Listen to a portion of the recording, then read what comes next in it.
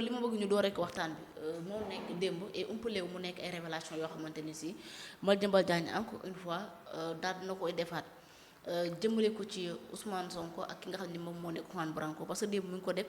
ci li nga xamante moom moo nekk ay page et la régie incha allah ñoom bu ñu mënee tegal li nga xam ne moom moo nekk information bi aussi dina gën sur ce Madiambal dafa joxe ñaari information pare andi li nga xamante ni moom moo nekk li koy firnde mu nekk note bi et j'espère que moom moo nekk nii beneen bi daf ni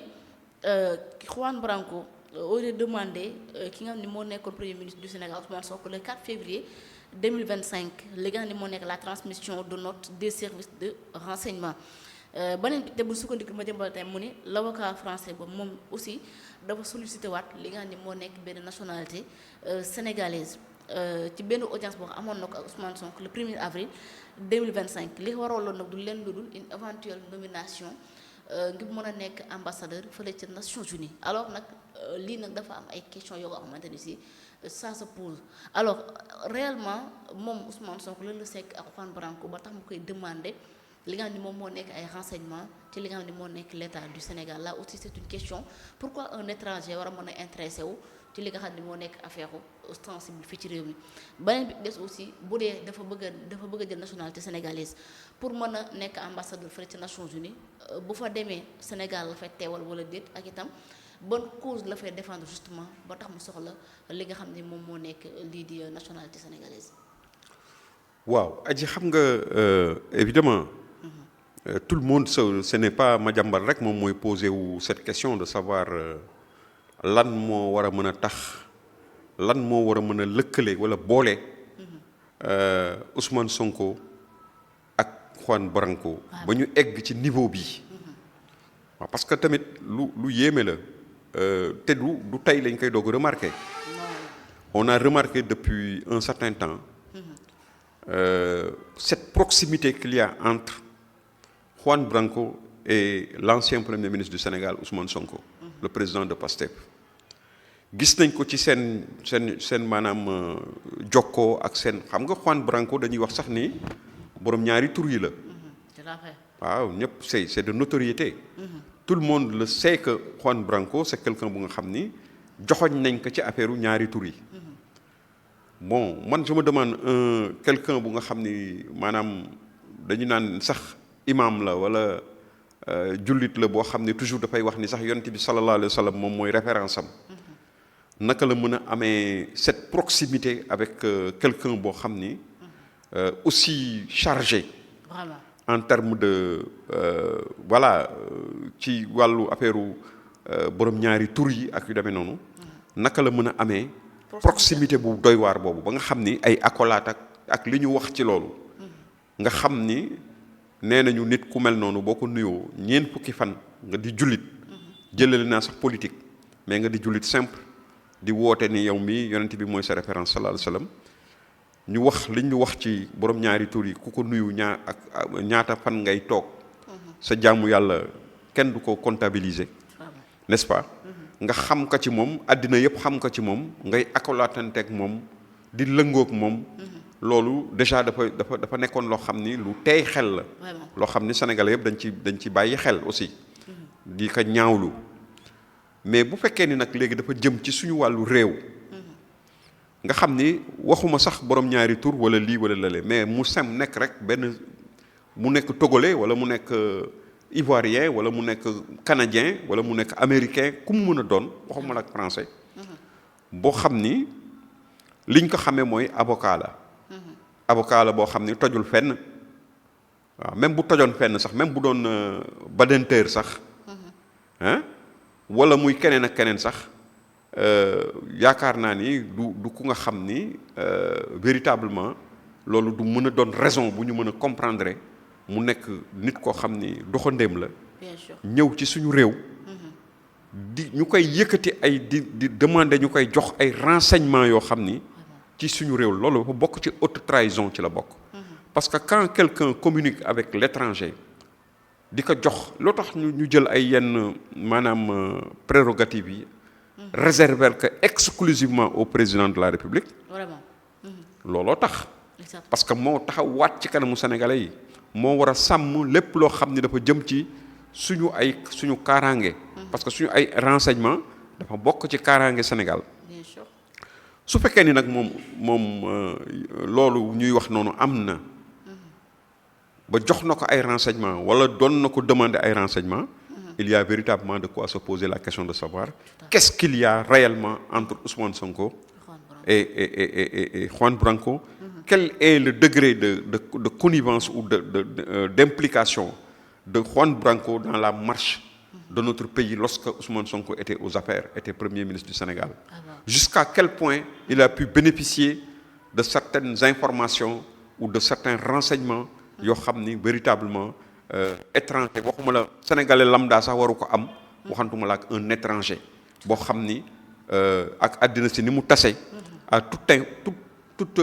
tout moment il peut y avoir des ventes d'informations ou de renseignements yoo xam ne mën na am. Donc hors de tout ça on est vraiment inquiet et on est étonné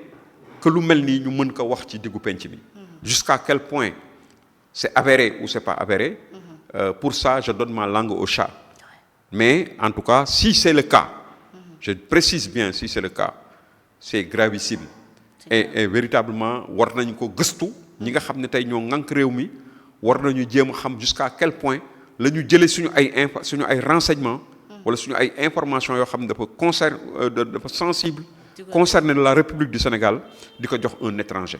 Parce que loolu ce serait véritablement une façon de trahir le pays. Beneen bi nga xam ne moom moo ci topp mooy la nationalité. C'est-à-dire demander la nationalité, on peut comprendre que quelqu'un sopp Sénégal ba mu jaral ko mu bàyyi nationalité am ñëw demander la nationalité de notre pays. Am na fi y a des étrangers, des gens yoo xam ni liggéeyal nañu Sénégal. Je prends l'exemple par exemple de rahmatullah alayhi Abdou Karim Metsu, Bruno Metsu, qui était simple entraîneur du Sénégal daf fi doon liggéey rek mu dem ba jël fi soxna mu dem ba non seulement jël na fi soxna mais tuub dugg ci l'islam jël turam bi nga xam ne moom la ko ndeyam ak baayam tudde woon mu dekk ko nele tudde boppam Abdoul Karim, n'est-ce pas, génne àddina bitim réew dal di ni su ma génnee àddina aussi ci bitim réew nañ ma yóbbu Sénégal denc ma kooku sénégalais la bu nga xam ni véritablement am na lu nga taxawaay boo xam ni maanaam étranger la bu ñëw sénégalais d'adoption la mais véritablement dañ koy rafetlu ci xamoon nañu ñu mel noonu dans l'histoire politique du Sénégal, quelqu'un comme Jean Collin nga xam ni ñoom bu ñu jëlee ak am na sax beneen un autre Collin qui était directeur de cabinet de Mamadou Dia. Donc ñooñu c'était des étrangers ay tubaab mais nga xam ni temps colonisation lañ fi nekk ba mujj gi ñu lang fi, n'est-ce pas, jëlandoog ñun indépendance finalement nekk ay sénégalais am fi soxna am fi lépp ku mel ni Jean Collin, machallah, c'est le père de François Collin, que nous saluons au passage, un sénégalais bon teint qu'on respecte comme nous, qui est inspecteur d'État de fonction, un brillant sénégalais. Donc ñooñu la nga xam ne moom mooy la tax ñu def ko ak la nga xam ne moom la moo ca war ñooñu dañ ko matale woon ba mu mat sëkk. Donc man mën naa comprendre ku nga xam ni dafa bëggee Sénégal noonu am ay xereñteef ñëw investir u fi parce que Jean Collin tëbul tëb rek ñu def ko li ñu ko def. dafa nekkoon wane preuve am lu jiitu ñu koy jox loolu ndombo tànk yooyu. Mais un Juan Branco, man je me demande naka la mën a représenter les intérêts du Sénégal à l'extérieur alors que bon le Sénégal véritablement raflewul ci ay doomam yoo xam ni suffisamment capable de faire même l'école à Juan Branco. Donc véritablement c'est quelque chose bu nga xam ni dafa reelu sax à la limite quoi. dafa reelu voilà. Le président du Sénégal aux Nations Unies et dans quel contexte en fait kenn xamul la dafa war a défendre. waaw wax dëgg yàlla Sénégal li mu am ci ay ponkal yoo xam ne sur le plan diplomatique. Des juristes. On peut en citer la tonne et le quintal.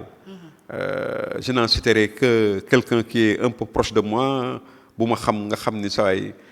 ku mel ni le docteur Amadou Niang.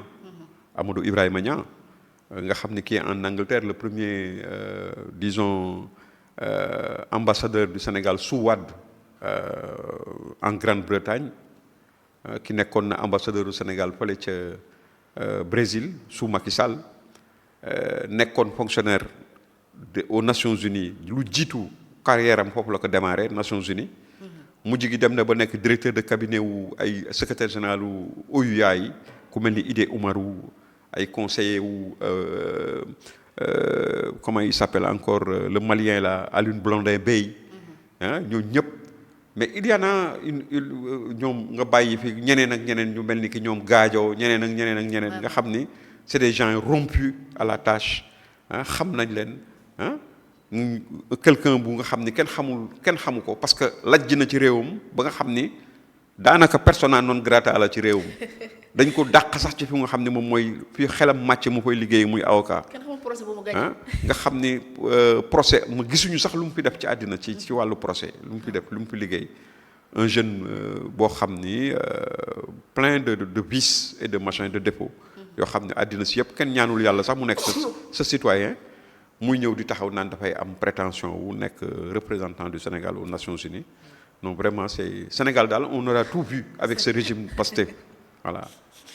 xaramu na loolu de xamu Sénégal lu muy doy Juan Branco vraiment. alors doyen autre point bu ñu waxtaan justement ñëw ci politique.